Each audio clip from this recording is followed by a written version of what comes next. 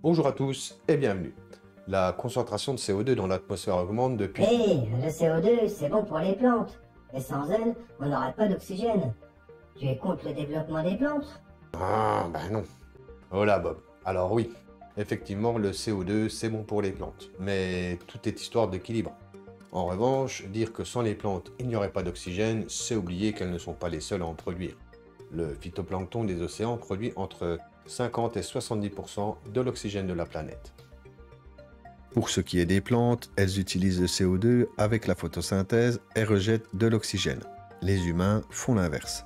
Les plantes ont effectivement besoin de CO2, mais aussi d'eau et de lumière pour fabriquer du sucre. L'oxygène est un sous-produit.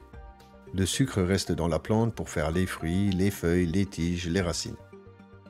Mais comme nous le savons maintenant, l'augmentation de la concentration de CO2 de l'atmosphère entraîne un réchauffement de la température moyenne de la Terre. Et ce réchauffement entraîne un dérèglement du climat qui, lui, intensifie les phénomènes climatiques, que cela soit les sécheresses ou que cela soit les plus intenses.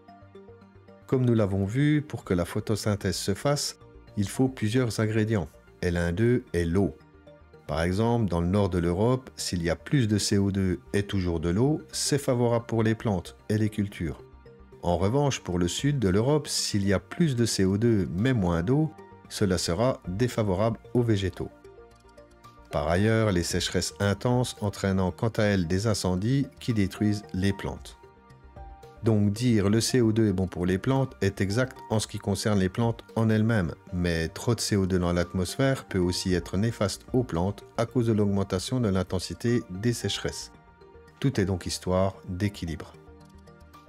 Avec l'intensification des sécheresses dues au dérèglement climatique, on pourrait tout aussi bien dire que le CO2 est mauvais pour les plantes. Et cela n'aurait pas plus de sens que de dire que le CO2 est bon pour les plantes. Bref, une fois encore, ne prendre qu'une partie d'une problématique pour en tirer une conclusion a de grandes chances de donner une conclusion erronée.